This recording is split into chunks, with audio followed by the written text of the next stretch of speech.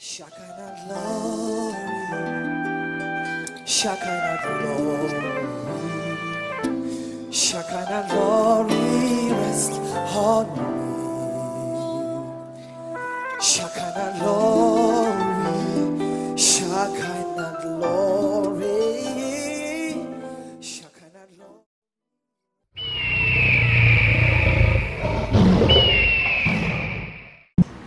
Aujourd'hui, j'ai le plaisir d'introduire un couple pastoral. Voilà plus de 5 ans environ 5 ans, qu'ils opèrent dans le pastoral particulier, le pastoral pour les couples. Aujourd'hui, ils ont environ, combien de couples vous gérez? À peu près 80 couples. Ils ont à peu près 80 couples, donc ce sont des personnes qui savent de quoi ils parlent. C'est un ministère ardu, parce que quand on parle de gestion, d'accompagnement au couple, on parle vraiment de quelque chose, d'une relation profonde. Ça veut dire qu'ils sont au courant de tout ce qui se passe dans les couples, parce qu'ils ont des comptes rendus, ils ont des entretiens pastoraux. Toutes les semaines, ils ont des entretiens pastoraux avec des couples qui ont des difficultés. Ils les accompagnent vraiment en les prenant chez eux, dans leur maison. Il y a des jeunes couples qui ne savent pas toujours comment faire, comment être couple. Ils les prennent aussi chez eux pour leur apprendre à ranger une maison, à faire à manger, à se comporter comme un homme, comme la tête. Quand il y a des problèmes de sexualité, puisque vous savez que des fois il peut y avoir des problèmes de sexualité où les personnes qui n'ont jamais connu d'intimité sexuelle se retrouvent à ne pas savoir comment faire pendant parfois une année. Donc ils interviennent aussi dans les problèmes de sexualité parce qu'en fait, ils ont été formés, ils sont aujourd'hui des médiateurs familiaux. Une formation à l'appui, pas une formation biblique, mais vraiment une formation concernant la médiation au niveau des couples. Donc ce sont des personnes qui savent, maîtrisent leur sujet, qui savent de quoi ils parlent et qui connaissent aujourd'hui avec assez de finesse les compatibilités pour permettre à certaines personnes aujourd'hui d'entrer dans le mariage ou de ne pas rentrer dans le mariage. Par exemple, nous avons une dizaine de personnes qui veulent se marier cette année, mais grâce à leurs conseils, grâce à leur accompagnement, mais il n'y en aura peut-être que 4. Parce que les autres ne sont pas compatibles. Même s'ils s'aiment, ils ne sont pas compatibles. Donc, ils vont accompagner les 6 autres jusqu'à ce qu'ils soient compatibles ou jusqu'à ce qu'ils découvrent qu'ils ne le sont pas du tout et qu'il vaut mieux arrêter la relation. Ils accompagnent aussi des relations qui sont en voie de rupture. Donc nous avons créé une maison sociale, une maison familiale, sous leur maison, le rez-de-chaussée de leur maison est devenu donc un appartement pour les couples en difficulté. Donc c'est l'église qui s'occupe de cet appartement, qui loue cet appartement. Donc il s'occupe des couples en rupture. Avant la rupture, nous avons la médiation, où s'il y a un problème de violence conjugale, nous demandons donc la séparation, mais une séparation le temps d'une reconstruction. Donc nous avons un psychologue à l'église, nous avons des pasteurs des couples qui accompagnent à la reconstruction. Et si vraiment il n'y a vraiment pas d'issue, s'il n'y a vraiment pas d'issue, le couple ira à la rupture définitive. Mais dans l'église, il n'y a pas encore eu de rupture définitive.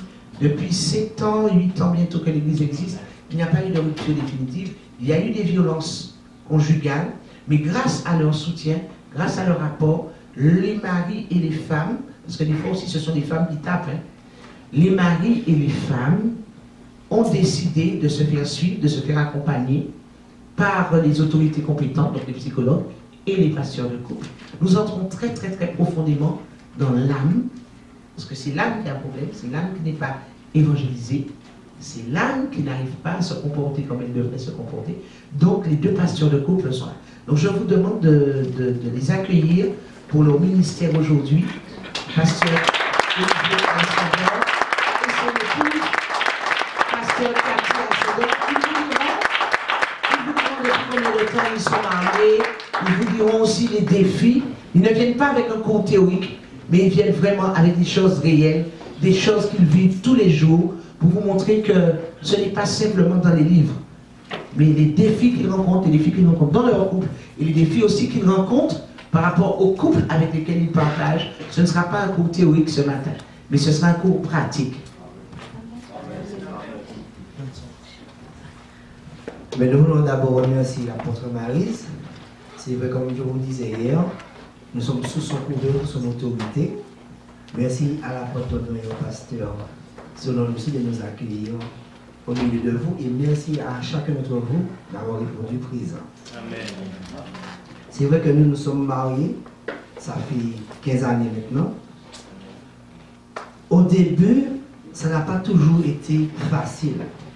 Parce qu'on a dû faire face au fait, beaucoup à la sorcellerie également. Il y a eu des combats. Et c'est vrai que, par rapport à l'aide aussi que l'apôtre nous a portée, ça nous a permis d'être bâtis. Parce que, vous savez, chacun nous avons un caractère différent. Et c'est important, justement, de trouver un juste milieu pour pouvoir s'entendre, parce qu'un couple n'est pas simplement, on se marie pas simplement parce qu'on s'aime, on se marie parce que aussi Dieu nous donne une mission. On se marie pas simplement pour être chez soi, pour vivre heureux, avoir beaucoup d'enfants. On a une mission. Dieu nous donne une mission. Il donne une mission au couple. Et c'est très important. Aujourd'hui, je veux parler aux hommes. Est-ce que le thème képhalé, ça vous parle? Quand je dis képhalé, est-ce que vous savez c'est quoi un képhalé? Non. Un képhalé, c'est la tête. C'est une métaphore qui peut traduire un être suprême. Par exemple, dans la relation du couple, l'homme. Dans la relation de l'Église, nous avons Jésus. Jésus, c'est la tête. Et l'homme a un rôle important. Josué, bien que ce sera mon cobaye ce matin. La Bible nous explique dans Genèse 2 au verset 4 que Dieu n'avait pas encore fait pleuvoir sur la terre parce qu'il n'avait pas encore d'homme pour cultiver la terre et la garder. L'homme a un rôle essentiel. Dieu, après avoir fait pleuvoir sur la terre, qu'est-ce qu'il fait? Il va former l'homme. Il a nommé les animaux, il a nommé les choses. Mais l'homme, Dieu va former l'homme avec la terre, la poussière. Quand nous regardons la terre, nous voyons que la terre, simplement, ce n'est pas quelque chose qui a beaucoup de valeur. Si je vous parle de l'or, des diamants, il y a beaucoup de valeur. Mais Dieu prend la poussière de la terre et il forme l'homme. Et entre guillemets, on peut voir cela un peu humiliant, la terre. Parce que si Dieu avait pris de l'or ou des rubis ou des diamants pour former l'homme, l'homme aurait pu s'enorgueillir. Mais là où Dieu est bon, et nous voyons la puissance de Dieu, Dieu prend la terre pour former l'homme, et il met quoi dans l'homme? Son esprit, son souffle divin. Et quand Dieu met son souffle, l'homme devient un être vivant. La terre symbolise tout ce qui est charnel, la chair. Le souffle de Dieu symbolise tout ce qui est spirituel, l'esprit. Et souvent, dans le foyer, il y a une lutte entre la chair et l'esprit. Tu dis quelque chose à ta femme, parfois elle ne comprend pas ou elle ne maîtrise pas ce que tu lui dis. Parfois la manière qu'elle peut te répondre, si tu restes au niveau de la chair, tu peux répondre mal. Ça vous arrive ou pas? Non, ça vous est jamais arrivé? Non? Pour moi, ça m'est déjà arrivé. Et ça m'arrive encore, parce que ça prouve que nous sommes des êtres humains. Mais nous devons combattre, nous devons chercher quoi? La présence de Dieu. C'est pour ça que Dieu a mis au-dedans de nous son esprit. Ça veut dire que nous avons quelque chose au-dedans de nous qui appartient à Dieu. Parce que Dieu dit, il veut que l'homme doit être à son image et à sa ressemblance. Qu'est-ce que ça veut dire? Dans le foyer, l'homme doit être à la ressemblance de Dieu. L'homme doit être la photocopie de Dieu. L'homme doit reproduire les attitudes et la personnalité de Dieu. C'est-à-dire, l'homme doit être amour. Nous réalisons dans un foyer, il y a une chose que j'ai réalisée qui n'est pas évidente, qui n'est pas facile. Quand vous connaissez quelqu'un, ça prend du temps pour que la personne soit transformée. Il y a des étapes. Et la Bible nous parle, dans Galates 5, verset 22, de la patience. Et parfois, cette patience-là nous fait défaut. Nous avons besoin de patience. Pourquoi? Parce que parfois, au niveau du caractère, l'autre n'est pas encore formé comme il le faut. Parfois, il y a des mauvaises habitudes que nous avons. Et une habitude dont on ne perd pas en une fois. Ça demande des fois du temps. Donc ça demande de la patience envers l'autre. Et justement, l'amour est comment? L'amour est patient. Et nous devons attendre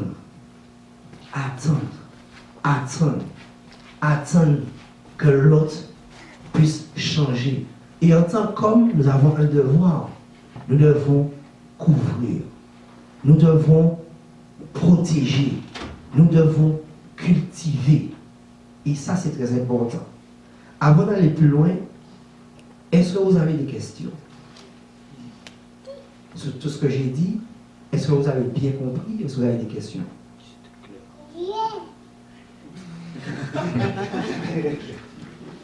Je peux continuer? D'accord. Ok. Je disais, pour revenir à la création, après Dieu a mis son souffle dans l'homme, la partie spirituelle, et il est important pour l'homme de faire quoi?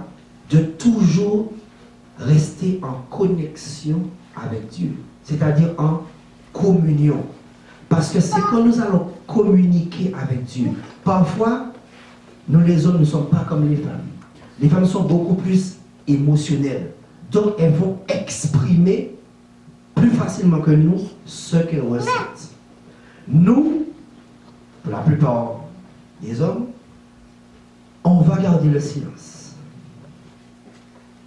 Parfois, nous allons nous retirer. Et vous savez, il y a une chose parfois, on peut regarder un homme et on pense parfois qu'il n'a pas mal. Face à une réflexion, face à une attitude, face à une parole. Mais l'homme ne va pas exprimer comme la femme va exprimer. Quels sont ceux, parmi vous les hommes, qui expriment tout de suite ce que vous ressentez? Face par exemple à une offense ou à une incompréhension. Est-ce que vous exprimez tout de suite? Non? Et toi, mon frère? Ok? Qu'est-ce que tu fais? C'est quoi ton attitude? Dis-moi. Par exemple. Ben, ça dépend si quel point ça touche en moi. Ok? Prenons un exemple. Aujourd'hui, tu dis à ta femme, tu es marié? Oui. Ok? Tu dis à ta femme aujourd'hui, bon, ok, chérie, aujourd'hui, voilà le programme. Nous irons au centre commercial. Nous allons prendre le temps pour pouvoir, j'ai besoin d'une nouvelle chemise, que tu puisses venir avec moi pour choisir ma chemise. Tu te dis, ah non, chérie, moi, c'est pas ça que j'ai envie de faire. Non, moi, j'ai envie d'aller faire mes ongles. Comment toi, tu réagis? Moi, j'ai pas de problème avec ça. Tu dis, mon chéri, il n'y a pas de souci. D'accord. Qu'est-ce qui peut t'offenser, par exemple, dans le couple? Alors, quelle réaction? Ben, de l'indifférence, ça va m'affecter beaucoup. OK. Mais je suis pas un homme romantique. Je connais les besoins de la femme. Je sais que si certains besoins, je les comblerai pas. Ça me parle de moi-même. Mais j'ai une bonne épouse. Je suis très satisfait, mais il y a des choses où est-ce qu'on ne s'entend pas. Mais je fais des compromis, sinon ça ne marchera jamais. Et elle, c'est pareil. Face à l'indifférence, comment tu peux réagir? Je vais m'isoler. C'est ce que je disais. Nous on a tendance à... Et toi, tu réagis comment? Et de mon côté à moi, des choses comme ça, c'est rare. Je n'ai jamais eu des choses comme ça, mais si ça arrive souvent, bon, je sais que je vais dire pourquoi tu ne m'as pas accompagné. C'est comme si je vais me retirer un peu. Et savoir pourquoi. Je vais aller faire les ongles. Il ne veut pas m'accompagner. Ok. Et toi?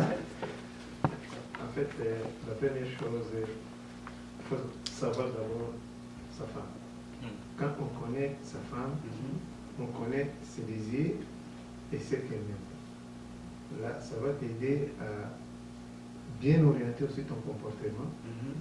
Et du fait que si elle fait quelque chose qui ne te plaît pas, tu dois prendre un temps pour réfléchir et lui donner aussi le temps de réfléchir à partir de ce qu'elle a fait. Parce que si tu agis directement, peut-être elle va prendre les devants, elle va réfléchir avant toi et venir te contredire sur ce qu'elle a fait avant. Et toi, tu seras plus ridicule. Alors, dans ces cas-là, il faut prendre le temps de se réserver et lui donner le temps aussi de réfléchir sur ses actes. Ok, très bien. Okay. Moi, autrefois, c'était de me retirer beaucoup plus, mais aujourd'hui, on est plus sensibles l'un et l'autre, puis on va se parler davantage. On va être capable de plus s'entendre qu'autrefois. Dans ça, je me retirais beaucoup plus. Aujourd'hui, je suis capable de parler avec elle, puis je suis capable on est capable de s'entendre facilement. On est toutes les assez flexibles aussi. Amen. Vous avez réalisé une chose, hein? Nous les on a tendance à faire quoi? À s'isoler, à se retirer. Et parfois on peut symboliser cela par la caverne. Quand l'homme ne maîtrise pas, il va se retirer dans sa caverne. Mais si on se retire dans sa caverne, il est important de se retirer dans sa caverne pour faire quoi? Pour chercher le conseil de Dieu. Comment je dois réagir? Quand Dieu a pris l'homme, je sais que tu peux t'attendre, merci beaucoup. Il a placé l'homme dans l'Éden, le jardin des délices. Nous devons toujours avoir ce lieu de rencontre. C'est symbolisé ici par un lieu de rencontre. Avoir ce lieu de rencontre avec Dieu. C'est-à-dire, Seigneur, là, tu as vu, j'ai demandé à ma femme de m'accompagner pour la chemise, elle n'a pas voulu. Là, Seigneur, je ne la comprends pas. Parfois même, ça arrive, surtout au début, mais pourquoi je me suis marié? Ah, j'aurais mieux fait de rester célibataire. Ça ne m'est jamais arrivé. Non? Jamais. Non? À qui c'est déjà arrivé? Au début, tu te dis, mais je me suis trompé. Ah, ça t'est arrivé? Ok. Ça arrive, vous savez. Mais c'est important d'avoir quelqu'un à qui on peut ouvrir son cœur. Et Dieu n'attend que ça parce que Dieu veut que l'on puisse communiquer avec lui. Donc tu es dans le jardin, tu es dans ton Éden et tu communiques. Seigneur, mais c'est pas possible ça. Comme on a dit, mais qu'est-ce que j'ai fait au mon Dieu? Qu'est-ce que j'ai fait au mon Dieu? Et c'est important de pouvoir parler à Dieu. Lui dire, effectivement Seigneur, là je ne comprends plus ma femme. Je ne la comprends plus. Et là, à ce moment, effectivement, je suis d'accord avec ce que tu as dit. Il faut donner un temps quand même à la femme pour voir si elle va réfléchir sur l'attitude et le comportement qu'elle a eu. Mais parfois aussi, elle peut le faire et puis elle n'est pas consciente. Hein? Mais c'est important, nous, quand nous sommes dans la caverne, de prendre un temps. Parce que parfois aussi, on peut Ça dépend de la manière que nous sommes bâtis, la manière que notre âme a été traitée. On peut répondre avec empressement. Et c'est important de prendre juste un temps. Un temps pour pouvoir réfléchir, analyser et avoir le conseil du Seigneur. Amen. Amen. Vous savez, en tant qu'homme, nous devons être des cultivateurs. Cultiver notre femme. Comment on peut cultiver la femme? Je vous écoute, les époux. Qu'est-ce qu'on peut faire pour cultiver notre femme? Comment on peut cultiver? Pour vous, c'est quoi cultiver? La notion de cultiver, c'est quoi? Pourquoi tu le connais? Dites-moi ça. Prenons l'exemple d'une plante. D'accord? Tu achètes une plante, tu vas creuser un trou, tu mettras ta plante en terre. D'accord? Comment elle va grandir? Comment elle va s'épanouir? Il faut l'entretenir. Il faut en prendre soin. Ok. La femme considère qu'elle est une plante. Donc, qu'est-ce que tu dois faire? Il faut la protéger. Donc là, c'est garder. Ok, mais la cultiver. Pour qu'elle puisse grandir. Pour qu'elle puisse s'épanouir. Pour qu'elle puisse te faire un beau sourire. Qu'est-ce que tu dois faire?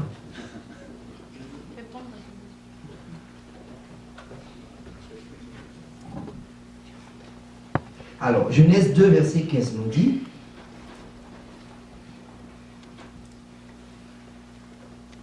Genèse 2, verset 15, l'Éternel Dieu prit l'homme et l'établit dans le jardin d'Éden pour le cultiver et le garder.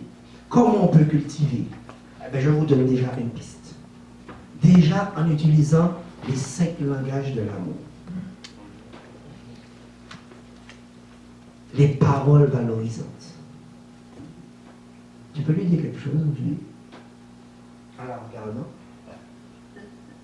En la regardant? Bon, on peut lui dire qu'on aime, qu'on apprécie quand la manière qu'elle a réfléchi aussi. On peut... Oh, tu lui dis ce que tu as dit.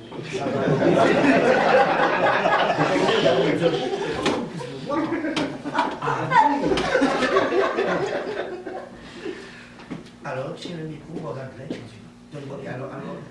Alors, tu as dit quelque chose. Moi, je sais que je te connais. Je sais que tu m'aimes. Moi, je t'aime. Je sais que dans le chemin, le Seigneur me transforme de gloire en gloire.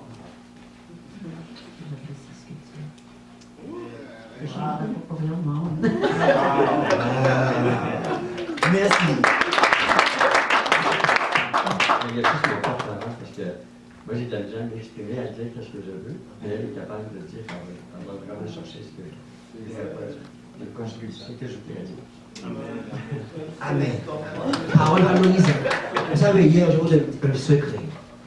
Hier, pendant la prédication, pendant la louange, j'arrêtais pas de regarder ma femme. Je me dis, waouh, fiche, qu'elle est belle. J'ai dit, mais oui, j'ai dit, chérie, bon, franchement, j'ai qu'une hâte, hein, c'est qu'on se retrouve, hein, parce que franchement, chérie, je suis séduit ce soir. Non, mais c'est vrai, je lui ai dit ça. Bon, ce matin encore, plus. Mais hier, ah oui. Ah oui. Je l'avoue, hein. Alors, par les cadeaux, abandonnons. Quel cadeau tu penses que tu peux offrir au pasteur Solange? Je sais qu'elle aime bien les parfums, certaines crèmes particulières, certains genres d'habits et chaussures. Donc je sais aussi que de temps en temps des fleurs ça lui fait plaisir. Mais particulièrement elle aime le parfum. Et il y a des parfums qu'elle aime particulièrement. Le secrétaire va faire attention. Ça veut dire qu'elle est en train de se dire, quel parfum. Mais j'ai fait le tour quand même. Ok, on continue. Il y a aussi le toucher.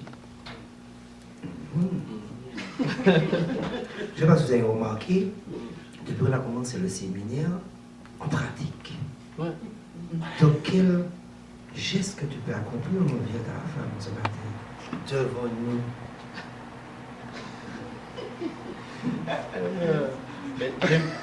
J'aime bien la toucher dans les coups. Ah, Ouais. Alors, c'est ça, c'est ce que j'aime faire. ben, tu peux encore le refaire? Oui. C'est ça. C'est bien, n'est-ce pas? Amen. Pratique, c'est pratique. Qu'est-ce qu'il nous reste encore? Les services rendus. Alors, qu'est-ce que mon frère, tu penses que tu peux faire pour ton épouse quand tu vas rentrer? Service rendu, qu'est-ce que tu peux faire? Je vais lui dire que tu as raté de bonnes choses. Ah non, c'est pas service rendu. Il faut qu'il lui fasse le résumé. Voilà, service rendu, ça peut être quand tu rentres, tu vas ranger la maison, Oui. tu vas aller dire chérie, assis-toi, ta journée était rude. Tu prends de l'eau chaude, tu mets quelques arômes à l'intérieur, tu dis chérie, je te masse les pieds et je m'occupe de la maison. Oh, je l'ai fait hier. Oui, c'était hier, mais là nous sommes aujourd'hui. Donc aujourd'hui, qu'est-ce que tu peux faire? Bon, d'habitude, c'est moi je rentre. Oui, Et le prêt, même si elle fait quelque chose de baisse, bien maquillée, souvent je l'embrasse. J'ai l'habitude de l'accueillir parce qu'elle prend mon sac, elle le dépose. Comme elle sait que j'avais travaillé la nuit, et je suis un peu fatigué là. Elle vient, elle m'accueille à la porte, elle m'accompagne, elle dépose mon sac. Elle me demande ça va. Je dis oui, ça va. C'est tout ce que je veux faire. Si je retourne à la porte. d'accord. Ok, on accepte. Mon frère, les moments de qualité. Depuis quand, ça va faire que la dernière fois, que tu as pris un moment de qualité? 2 ou 3 semaines environ. Un super restaurant, spontané, sans raison. Fait que là, j'ai vraiment surpris. Et toi? Le week-end, Avec le dernier? oui. Mais c'était la nuit. C'était la nuit? Donc tu penses faire un journée? On était au salon juste la nuit, je crois entre minuit et 1h comme ça. On a éteigné la radio, la télévision et tout. On a juste allumé le lien. Dieu le fait. Amen. Non, mais c'est bien. C'est bien, ces moments-là sont importants dans le couple. Des moments de qualité, des services rendus. La femme a besoin d'être valorisée. La plante, si elle n'est pas arrosée, elle ne pourra pas s'épanouir. On est d'accord avec ça? Elle ne pourra pas. Dieu a placé l'homme aussi pour protéger. Nous devons sécuriser. Vous avez vu l'exemple, vous vous rappelez l'exemple que la porte à prière, que Jésus était la porte. Nous, en tant qu'hommes, en tant que sacrificateurs, nous devons jouer ce rôle également. Sécuriser l'intérieur de notre foyer et veiller à ce que les ennemis spirituels, les ours spirituels, les loups spirituels ne puissent pas venir envahir notre foyer. C'est important d'avoir cette notion. La notion de partager aussi la parole de Dieu dans le foyer, de faire le culte familial. Ça aussi, c'est très, très important de le faire. Des moments de partage, des moments de jeûne.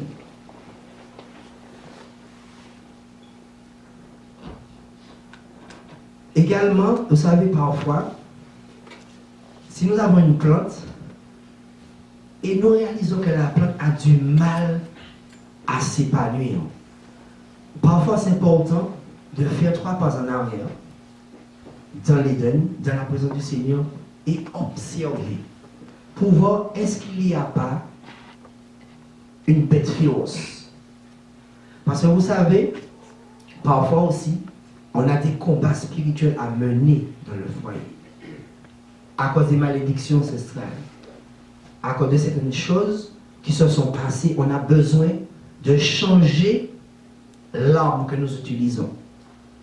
On prie, mais parfois il faut rentrer dans le combat spirituel. On change d'arme. On prend le bazooka spirituel pour commencer à briser, à détruire tout ce qui empêche à la plante, à notre foyer, de s'épanouir et de prospérer.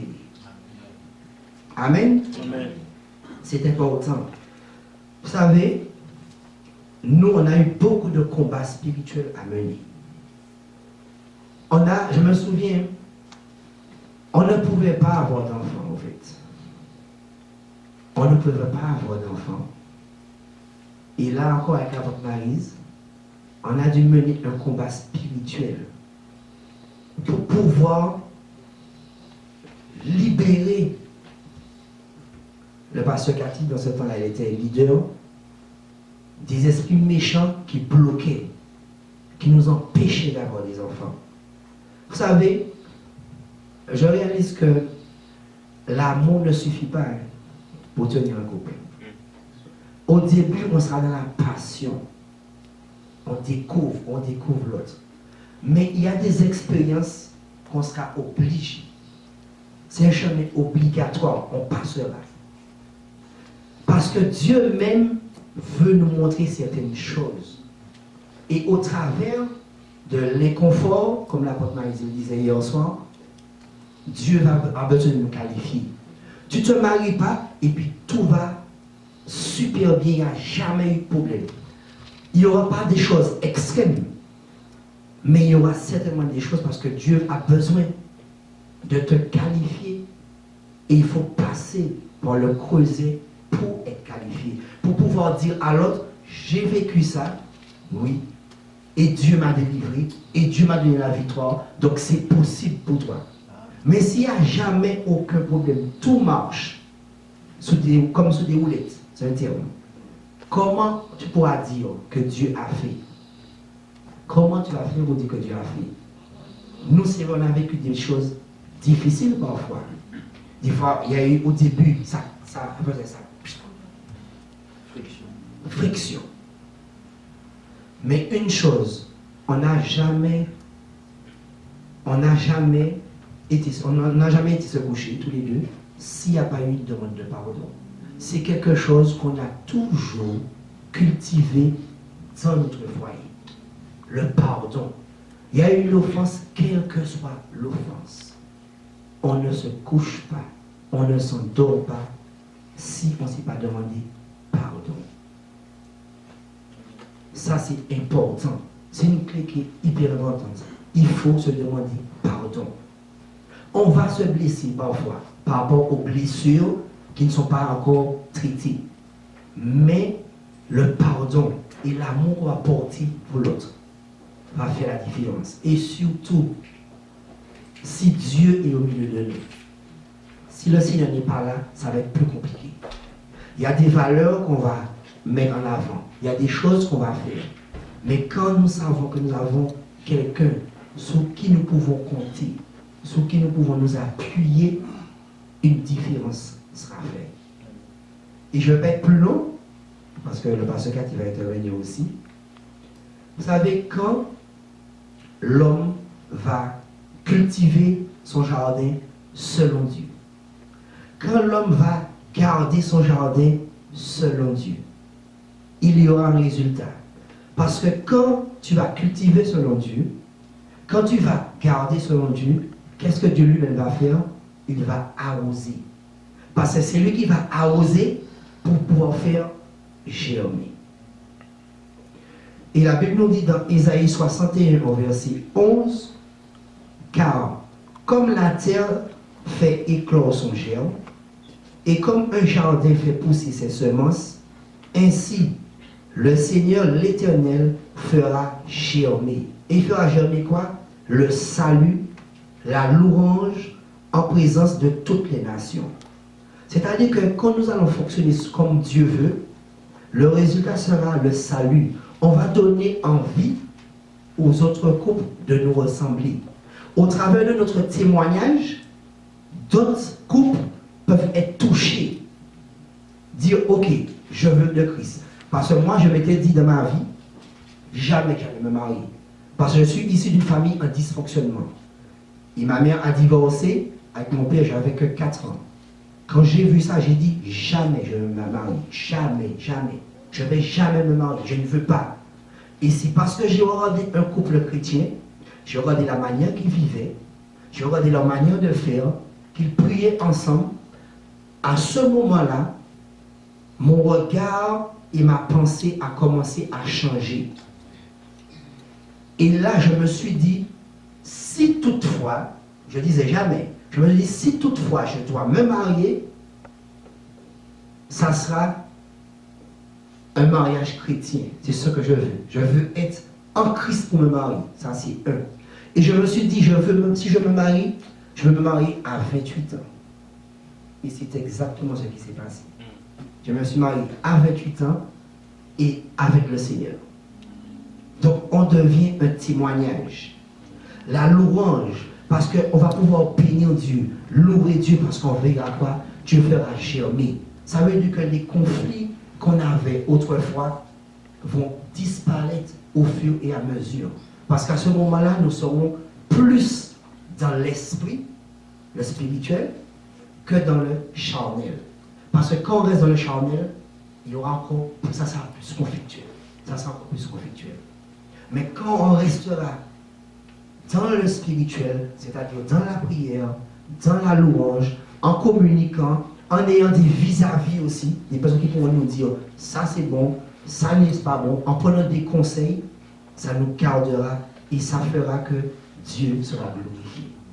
Amen. Amen. Donc c'est ce que je voulais partager avec vous.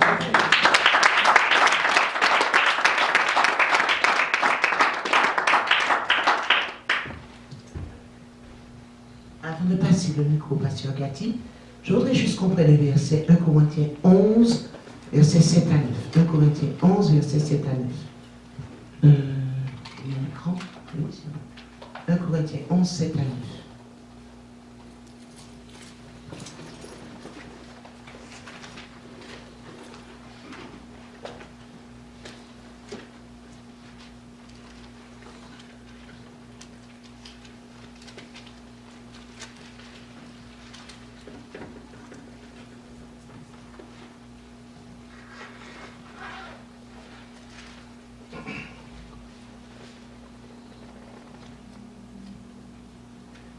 L'homme ne doit pas avoir la tête couverte puisqu'il représente la personne de Dieu. Et ce qui nous intéresse, et je demande vraiment aux hommes de surligner cette phrase qui suit, et reflète sa gloire. Je reprends, l'homme ne doit pas avoir la tête couverte puisqu'il représente la personne de Dieu et reflète sa gloire. La femme, par contre, est le reflet de la gloire de l'homme. Je demande aux femmes de vraiment souligner ce verset. L'homme est le reflet de la gloire de Dieu. La femme, par contre, est le reflet de la gloire de l'homme. En effet, le verset nous dit, l'homme n'a pas été tiré de la femme, mais la femme de l'homme, et l'homme n'a pas été créé pour la femme, mais la femme pour l'homme. Je reprends. L'homme n'a pas été créé pour la femme, c'est ce que le verset nous dit, mais la femme pour l'homme. Pour asseoir ce que le pasteur Olivier vient de dire, l'homme n'a pas été créé pour la femme. L'homme a été créé pour qui? Pour Dieu. Pour refléter la gloire, non pas de la femme, mais pour refléter la gloire de Dieu. Le pasteur Olivier l'a dit, et je veux vraiment insister dessus. Quand Dieu créa l'homme, venez tous les deux, pasteur Cathy, et pour son micro, je te donne, je fais juste La transition. Quand Dieu a créé l'homme à la Genèse, au commencement, il ne faut pas tous voir, mettez-vous là. Quand Dieu créa l'homme au commencement, la femme, elle était où? Qui peut me dire à part l'apôtre London? La femme, elle était où? Cachée à l'intérieur de l'homme. Elle était cachée à l'intérieur de l'homme. Donc quand Dieu dit, faisons l'homme à notre image, il parle à qui? Aux deux. À l'homme mâle et l'homme femelle. Puisque la femelle est dans l'homme, tout court. Donc quand Dieu dit, faisons l'homme à notre image et à notre ressemblance, il parle à l'homme mâle et il parle à l'homme femelle. Mais principalement, celui qui sera manifesté, visible aux yeux de Dieu, c'est l'homme mâle.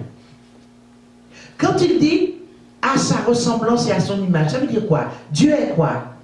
Dieu est amour. L'homme doit être amour. Dieu est quoi? Sage. La sagesse de Dieu. L'homme doit être sage. Dieu est miséricordieux. L'homme doit travailler la miséricorde. Dieu est compassion. L'homme doit travailler la compassion. Si l'homme est créé à l'image de Dieu, il doit être le reflet de l'original. Et non pas pour la femme. Parce qu'il a été créé, premièrement, pour Dieu. Un homme qui n'est pas le reflet de Dieu, qui n'est pas à l'image de Dieu, quand on le regarde vivre, un homme qui est colérique, un homme qui est radical, un homme qui n'a pas de compassion, un homme qui n'a pas de sagesse, cet homme-là ne devrait jamais se marier. On va plus loin là. On ne nous l'avait pas dit, on nous avait menti. C'est pour ça qu'on s'est mariés, beaucoup ont divorcé. L'homme est le reflet de la gloire de Dieu et la femme est le reflet de la gloire de l'homme. Écoutez bien. Quand Dieu créa l'homme, la femme était à l'intérieur. Donc la femme entendait tout ce que Dieu disait à l'homme. Mais à un certain moment, Dieu dit, il n'est pas bon pour l'homme d'être seul. Il lui faut quoi? Un être semblable. Un être semblable, mais autre chose, qu'est-ce qu'il a dit? Il lui faut? Et c'est là que la transcription française n'est pas correcte. Il lui faut un vis-à-vis. Donc, quand Dieu a extrait Ève, l'homme femelle de l'homme mâle, il ne la met pas à côté, mais il la met en face. Parce que la femme est le reflet. Tu ne peux pas être à côté et puis voir ton reflet. C'est quand tu es face à l'homme que tu es le reflet de l'homme qui lui-même est face à Dieu pour être son reflet. Donc quand l'homme a réfléchi la gloire de Dieu, là il peut se tourner et réfléchir sur sa femme qui devient le reflet de l'homme, donc qui devient le reflet de la gloire de Dieu. C'est pour ça qu'un homme qui n'est pas le reflet de la gloire de Dieu ne doit pas se marier. Parce que quand il est le reflet du monde, quand il est le reflet de ses peurs, quand il est le reflet de lui-même, quand il regarde sa femme, elle reflétera ses peurs, le monde. Et c'est pour ça que chez les Juifs, on dit, on a la femme qu'on mérite.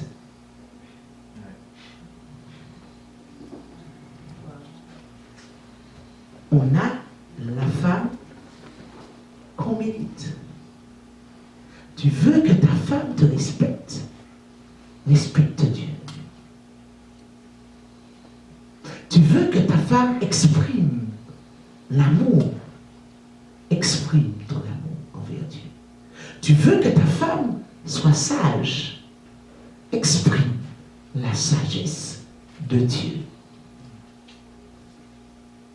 Tu dois d'abord être le reflet de Dieu, parce que tu n'as pas été créé pour être le reflet de ta femme, mais tu as été créé pour être le reflet de Dieu.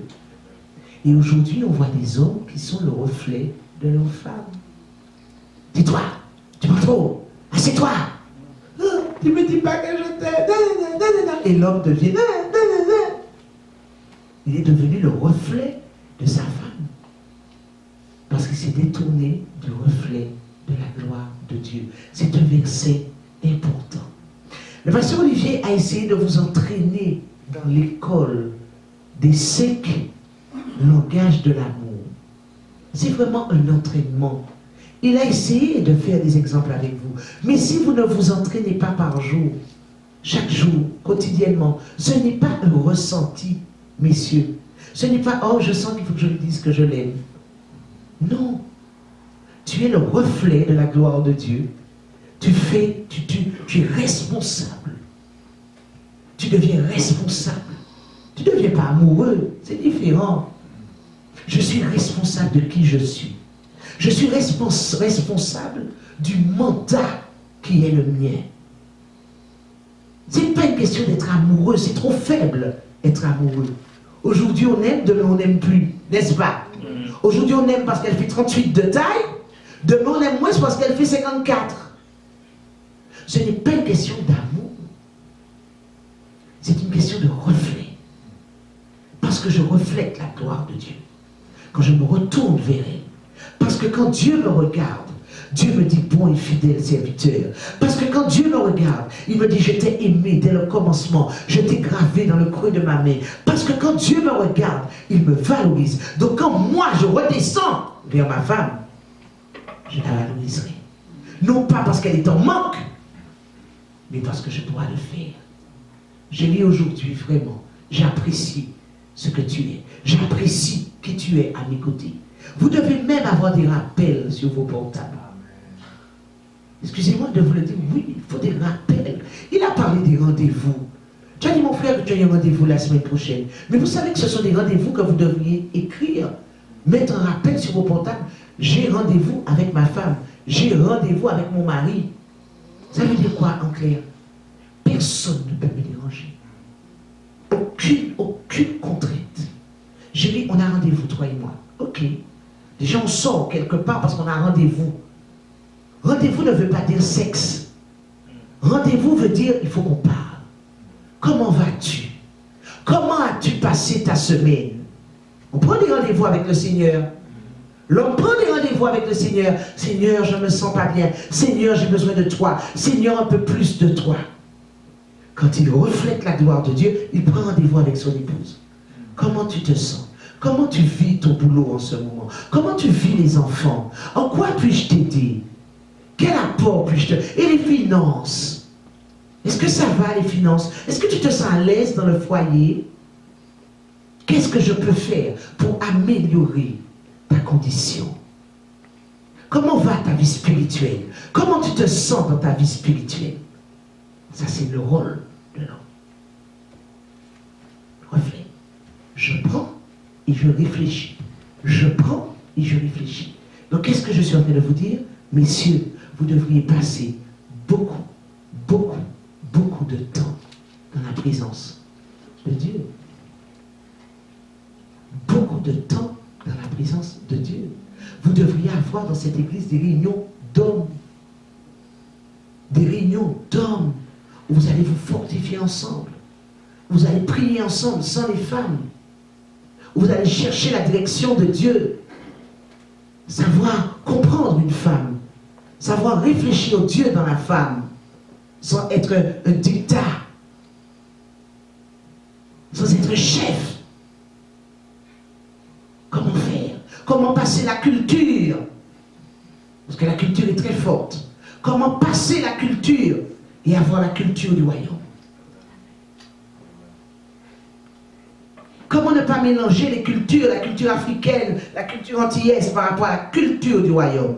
Ah, chez moi, dans mon pays, c'est comme ça. Non, c'est pas ton pays il est là-haut. Tu n'as plus de pays sur la terre là. Arrête, la femme, elle doit porter. C'est elle qui porte. Elle porte quoi?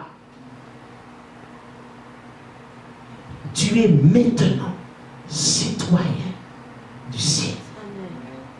Ta culture devant Dieu, ma culture devant Dieu n'existe pas.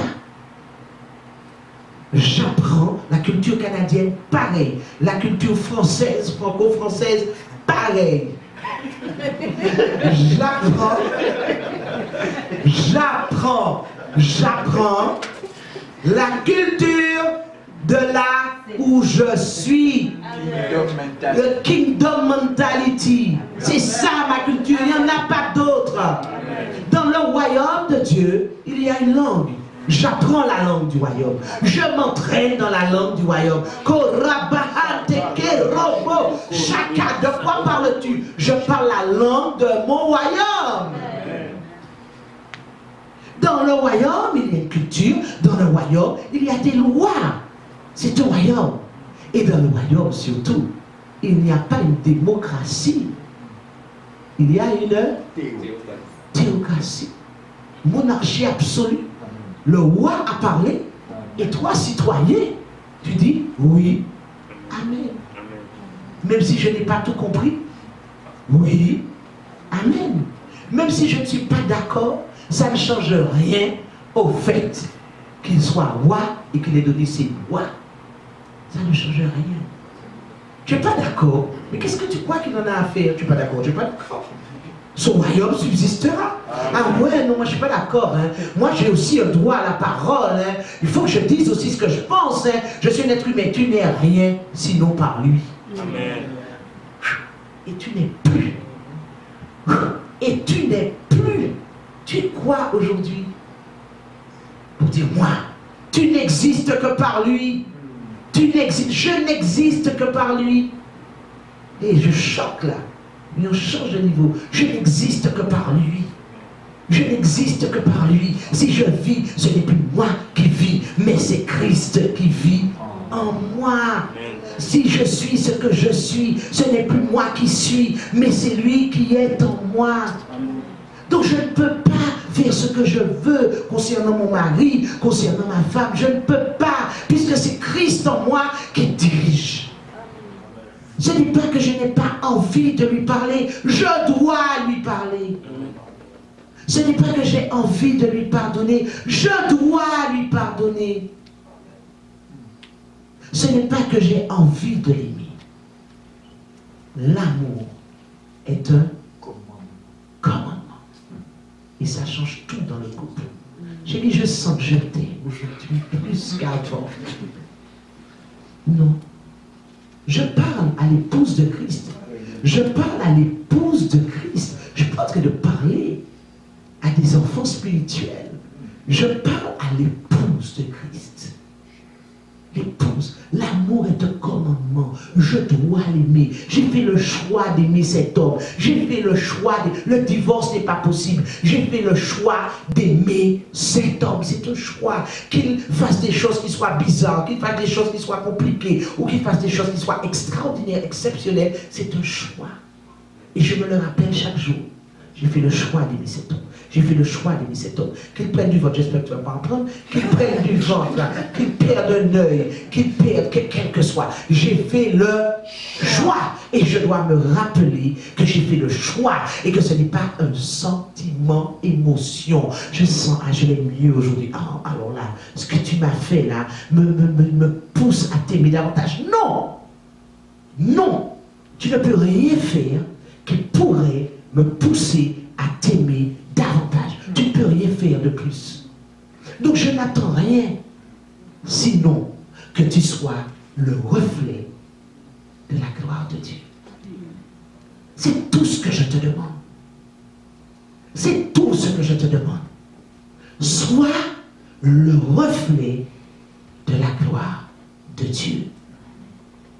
Messieurs, cherchez à être le reflet de la gloire de Dieu.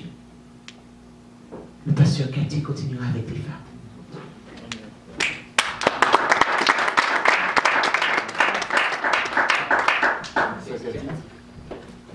Juste une seconde de temps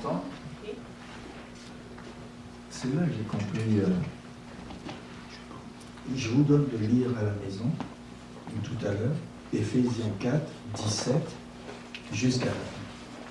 Et surtout, appesantir sur le verset 24, et revêtir l'homme nouveau, créé selon Dieu, dans une justice, une sainteté que produit la vérité. Et puis l'autre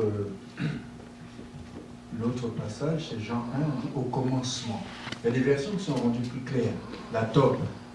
Au commencement était la parole, et la parole était avec Dieu, et la parole était tournée vers Dieu.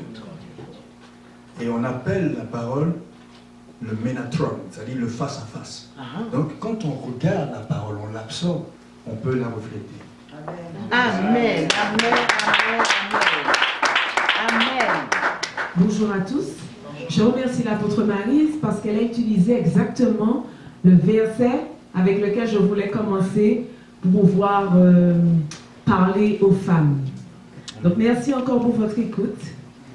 Et je crois qu'il y a combien de femmes mariées là ce matin? 1, 2, 3, 4. Josué. Ok, 4 femmes. Tu es son oreille, donc tu entendras. Tu pourras transmettre. Donc je ne reviendrai pas sur ce que l'apôtre a dit, puisqu'elle a utilisé le verset. Et au travers de ce qu'elle dit, nous comprenons aussi que la femme est l'expression, en fait, de l'homme. Elle doit pouvoir exprimer cette gloire-là que l'homme reflète. Je voudrais qu'on prenne le passage de Genèse 2, versets 21 à 23. Je vais la lire un peu dans la version hébraïque. J'ai beaucoup aimé en fait la manière dont c'est décrit. Donc l'Éternel Dieu fit peser un sommeil profond sur l'homme qui s'endormit. Il prit une de ses côtes et forma un tissu de chair à la place. Verset 22. L'Éternel Dieu organisa en une femme la côte qu'il avait prise de l'homme. Il avait prise de l'homme. Et il la présenta à l'homme.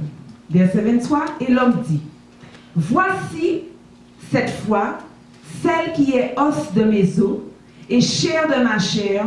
On l'appellera femme parce qu'elle a été prise de l'homme. Je vais juste décortiquer rapidement certains points dans ce verset. Donc l'Éternel Dieu fit peser un sommeil profond. Quand on est dans un sommeil profond, on n'a pas conscience de ce qui se passe à l'extérieur. On est bien d'accord. Au verset 22, l'Éternel Dieu organisa en une femme la côte qu'il avait prise à l'homme et la présenta à l'homme. Si j'analyse le mot organiser, d'accord? Pasteur Solange, bon, je sais que tu as fait combien d'années que tu es mariée? On compte plus les années? Ça fait plus de 30 ans, plus de 20 ans, plus de 40 ans? Plus de 30 ans. Alors on va faire un rappel à ta mémoire. Est-ce que tu te souviens comment tu as mis tout en place pour organiser ton mariage avec l'apôtre Dodo? Je suppose qu'il t'a aidé. Mais bon, les femmes sont beaucoup plus pointilleuses, elles sont plus dans le détail. Est-ce que tu te rappelles? Ce que je sais, c'est plus l'Église qui l'a pris en charge parce que lui, c'était le pasteur, en tout cas c'est comme le chouchou de l'église, le pasteur second. Donc moi, je suis restée juste aller m'habiller et puis me préparer. Mais ça veut dire que derrière, il y a eu une organisation. Mais je peux ajouter, oui. Mais lors du 31e, c'est elle qui a tout organisé. C'est ça. Je me suis rattrapée parce que je me disais que c'est eux qui ont pris et je voulais bénéficier pour le 31e vraiment ce que je dois faire pour l'anniversaire de notre mariage. C'est moi qui organise. C'est elle qui organise. Amen. Donc dans le sens que La Bible ne le dit pas. Mais j'essaie de m'aligner à la pensée de Dieu. J'essaie de retourner à l'époque où Dieu a créé l'homme.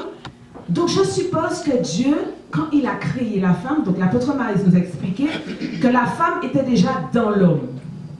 Mais à un moment donné, il a fallu la faire sortir. Donc j'imagine que Dieu, il a réfléchi. Il s'est dit, ok, l'homme, je le fais comme ça, comme ça. Tu peux venir, chérie, s'il te plaît? Vous voyez? Les épaules sont carrées. D'accord? Voilà, enfin, au niveau de la hanche, tout est droit. Il n'y a pas de forme particulièrement, tout est droit.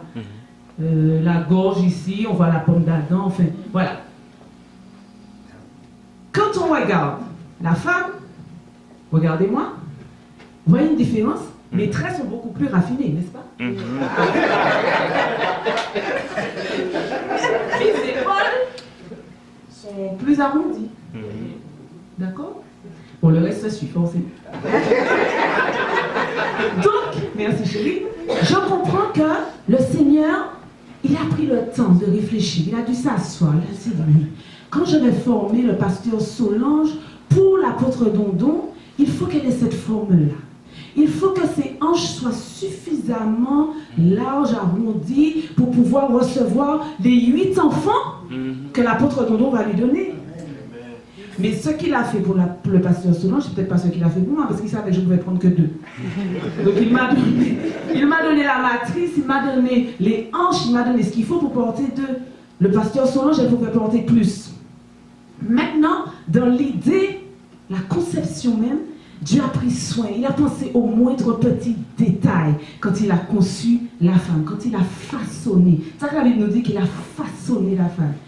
Il a fait l'homme, il l'a tiré du sol, mais il a façonné la femme.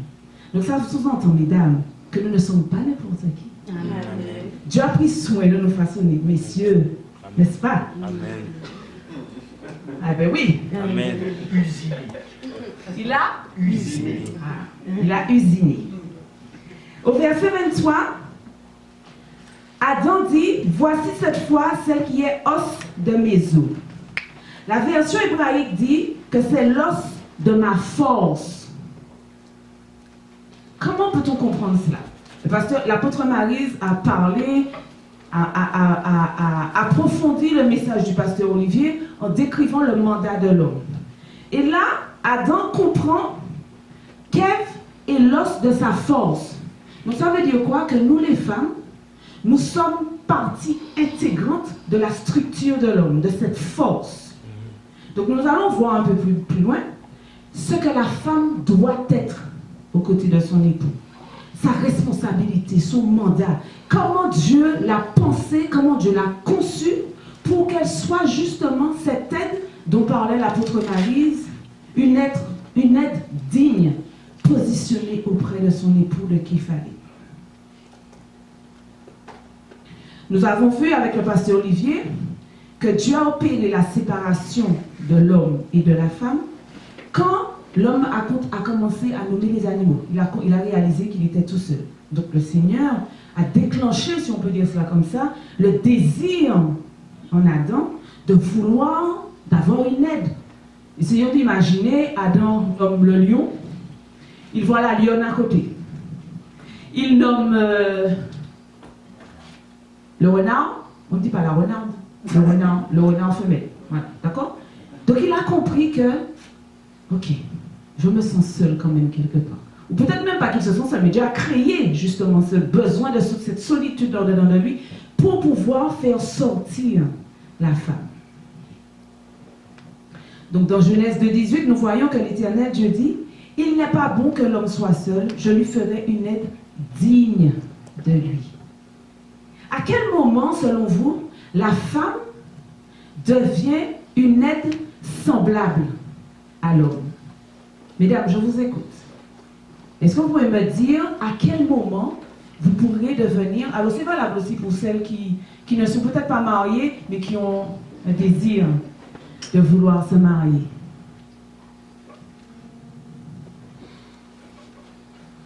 Alors, est-ce que quelqu'un peut me répondre? Alors, je reprends la question. La femme, elle devient une aide semblable à l'homme. Mais à quel moment elle pourrait le devenir? Qu'est-ce qui pourrait l'aider à être cette aide auprès de l'homme? Dans le service au Seigneur. Dans le service au Seigneur, oui.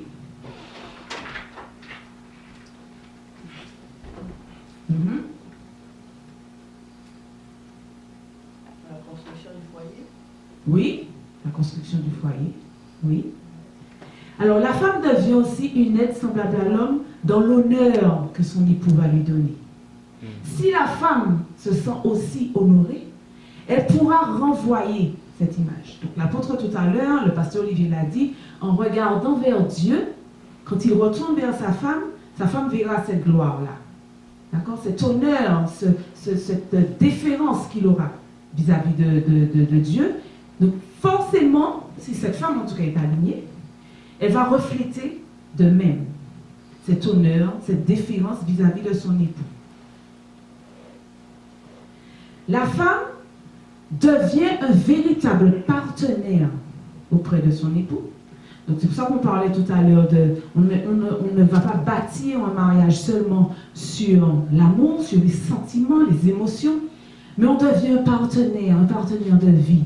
Mais pour ce faire, pour être ce partenaire, il est important, capital, que nous ayons cette notion de compatibilité. Il faut qu'il y ait compatibilité. Nous l'avons vu, on le voit encore au travers des couples que nous accompagnons. Le fait de s'aimer ne suffit pas. Pendant la période de fiançailles, on s'aime, c'est la passion, on est dévoué. Qu'est-ce qu'on ne pourrait pas faire pour l'autre? On abandonnerait tout pour l'autre.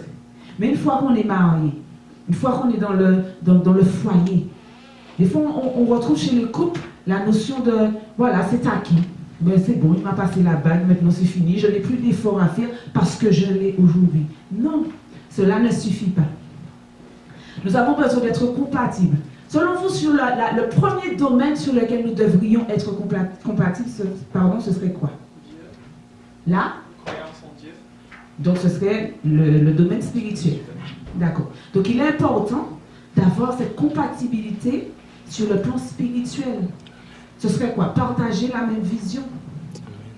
Vous imaginez si l'apôtre Dondon et le pasteur Solange n'avaient pas la même vision, ils n'auraient pas pu bâtir cette œuvre-là comme ils la bâtissent. Ça n'aurait pas été possible. On a besoin aussi d'avoir la même vision du ministère. Quand je dis le ministère, c'est l'engagement dans le ministère. Nous avons besoin aussi d'avoir une compatibilité sur le plan intellectuel. J'entends quoi par là? Que nous puissions avoir des sujets de conversation, des points d'intérêt communs. Vous imaginez si l'un parle d'aviation, l'autre parle d'étiquette caisse qu'elle enregistre tous les jours, à un moment donné, il y a une incompatibilité, on ne se comprend pas, on ne partage pas les mêmes choses.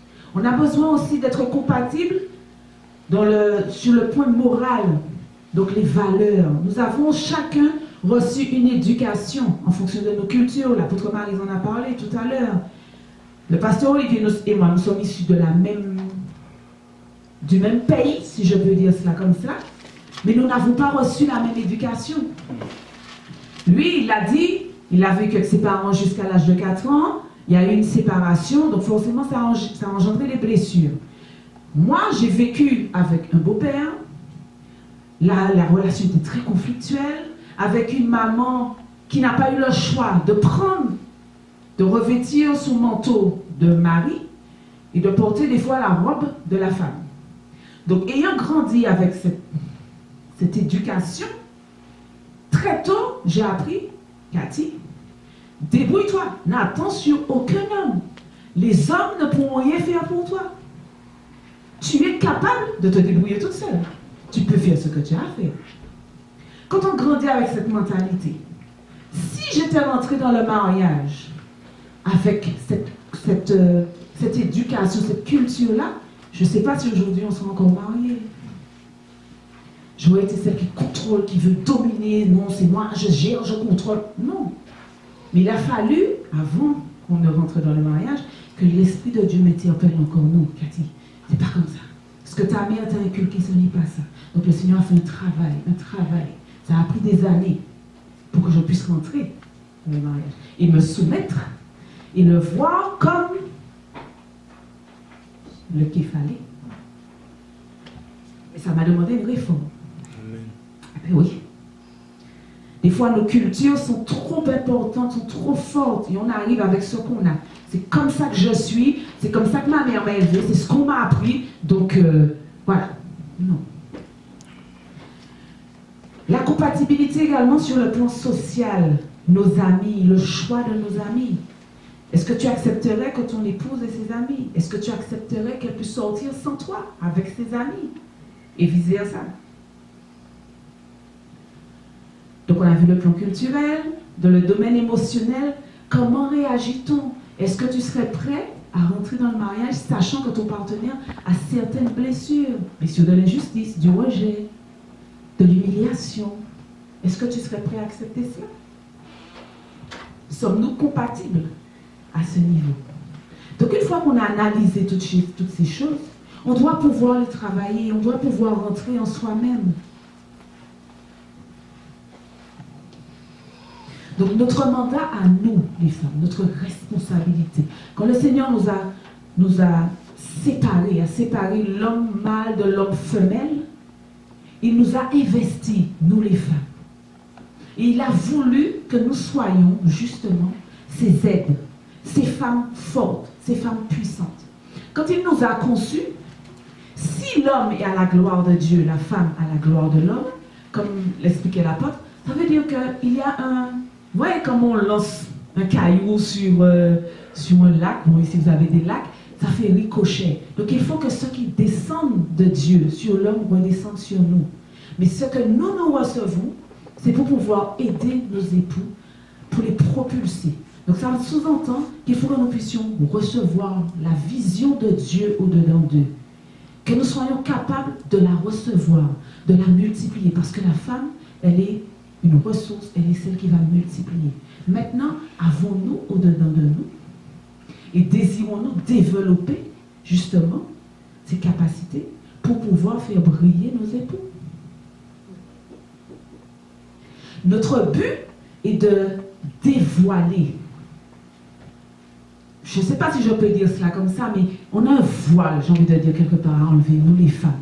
Nous devons dévoiler justement cette puissance que le Seigneur a donnée à nos époux. Nous sommes des lumières, si je peux dire cela comme ça. Nous, la femme est une lumière. Là où elle passe, elle doit briller. Là où elle passe dans la vie de son époux, elle doit briller. Elle doit briller, elle doit aider son époux à briller dans le ministère. L'apôtre, le pasteur Solange, l'apôtre Maryse, moi-même, vous, mesdames, nous avons la responsabilité de développer la vision et de faire briller nos époux. C'est notre responsabilité. En faisant quoi? Qu'est-ce qu'on pourrait faire pour aider nos époux?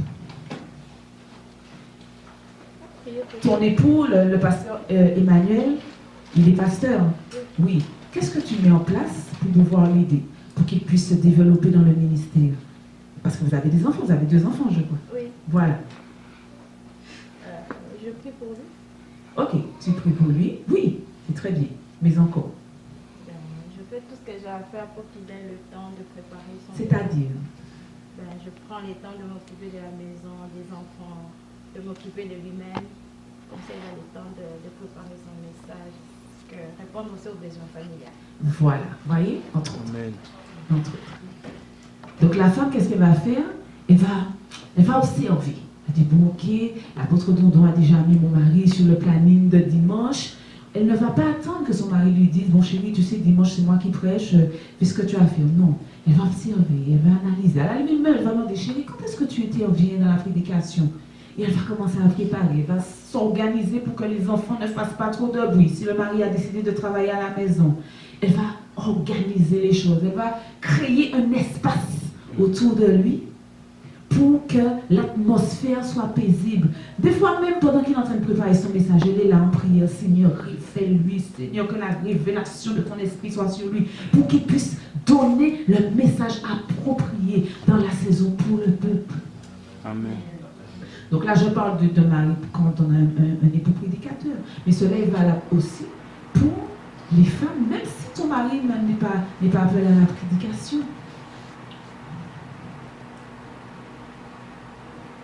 Donc nous avons la responsabilité de briller auprès de nos époux et surtout de les faire briller eux.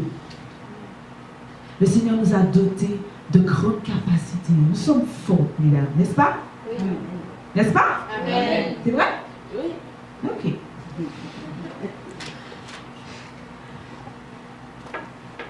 On a un bel exemple dans la parole de Dieu qui nous parle de la femme vaillante, la femme forte. Est-ce que vous savez de quel passage il s'agit? Proverbe, voilà. Proverbe 31 à partir du verset 10. Qui nous explique vraiment ce que Dieu attend de la femme et comment Dieu, je dirais même, a conçu la femme. Donc nous n'allons pas voir tout le passage, mais je vais m'arrêter juste sur les deux versets, le verset 10 et le verset 11. Le verset 10 qui dit « Qui peut trouver une femme vaillante? Elle a bien plus de valeur que les perles. » Les perles sont des choses précieuses. Et la Bible nous dit que la femme a bien plus de valeur. Proverbe 31, verset 10.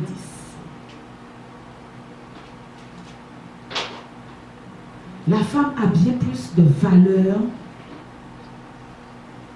que les perles. Qui peut trouver une femme vertueuse? Elle a bien plus de valeur que les perles. Donc on a d'autres versions qui nous disent qui peut trouver une femme vaillante. Le mot vaillant pour moi est beaucoup plus fort, beaucoup plus intense. Et ça dénote la notion de force, la notion de puissance, la notion de... S'il y a une action forte derrière ce mot.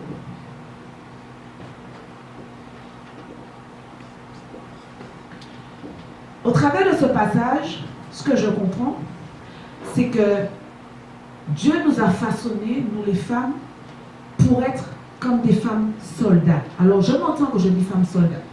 Je ne dis pas des femmes qui viennent avec leur bazooka, pour renverser leur foyer, non. Des femmes soldats, des femmes fortes, capables de pouvoir se tenir dans la prière, capables de pouvoir se tenir dans le combat spirituel, parce qu'elles vont discerner qu'il y a un combat à mener. Elles vont discerner que l'atmosphère a changé dans le foyer. Elles vont discerner que, voilà, ça peut être au niveau des enfants. Peut-être que le mari est occupé, il n'a pas vu que des enfants et des gens en train de s'éloigner du chemin. Mais elle saura se tenir à la brèche. Elle saura se tenir debout dans le combat, dans la prière, dans l'intercession. Elle est une femme soldat. La femme, selon la manière dont Dieu l'a façonnée, elle est courageuse. Ce n'est pas celle qui va se plaindre constamment, qui va se laisser aller, qui va abandonner facilement. Non, Dieu nous a conçus, nous femmes, avec cette force là-dedans de nous.